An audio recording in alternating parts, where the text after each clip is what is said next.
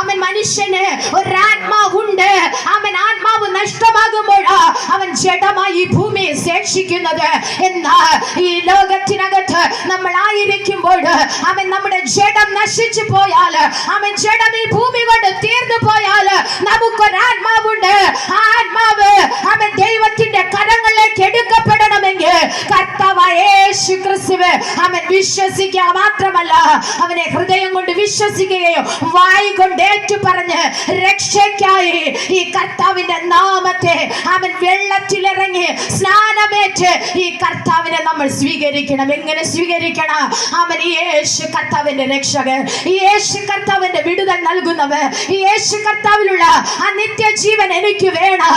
അതിനു വേണ്ടി അവൻ ഹല്ലേലൂയ പാപ ശരീരമായ അവൻ ഈ ശരീരം അവൻ ഹല്ലേലൂയ അവൻ ഹല്ലേലൂയ വെള്ളത്തിൽ സ്നാനത്തിലോടുകൂടെ അവൻ സ്നാനത്തോടുകൂടെ കുഴിച്ച് ഹല്ലേലൂയ അവൻ വെള്ളത്തിൽ മുങ്ങി പൊങ്ങുമ്പോ അവൻ മരണ അടക്ക പുനരുത്ഥാനം എന്നോട് അതിന്റെ പ്രതീകമായി അവൻ സ്നാന ശുശ്രൂഷയിലൂടെ അവൻ നീ കേറുമ്പോ അവനൊരു പുതിയ സൃഷ്ടിയായി തീരുവാനായിട്ട് ഇടയായി തീരും. ഹല്ലേലൂയ അവൻ സ്തോത്രം. ഇത് കളിവാക്ക് പറയുന്നതല്ല പ്രിയരെ.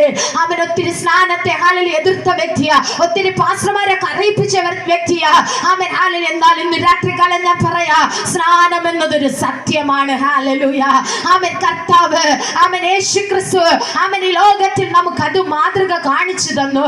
അവൻ ഹല്ലേലൂയ വെള്ളത്തിൽ ഇറങ്ങി യേശു കർത്താവിന്റെ നാമത്തിൽ പിതാവിന്റെ പുത്രന്റെ പരിശുദ്ധാത്മാവിന്റെ നാമത്തിൽ അവൻ വെള്ളത്തിൽ സ്നാനമേറ്റ് കയറുമ്പോ അവൻ സ്വർഗം തുറന്നൊരു പദമെടുത്ത് ഇവൻ എന്റെ പ്രിയപുത്രൻ, ഇവനെ ഞാൻ പ്രസാദിച്ചിരിക്കുന്നു. ഹല്ലേലൂയ അവൻ ഹല്ലേലൂയ നമ്മൾ അവന്റെ പ്രിയ പുത്രനും പുത്രിയുമായി തീരുമ്പോ അവൻ സ്തോത്രം ജഡ ശരീര അവൻ ഹല്ലേലൂയ ഈ ഭൂമിയിൽ നശിച്ചു പോയാൽ ആത്മാവ് നിത്യതയിൽ എത്തിക്കുവാൻ തക്കവണ്ണം ആ കർത്താവിന്റെ കരം നമ്മോട് കൂടെ ഇരിപ്പാനായിട്ട് ഇടയായി തീരും.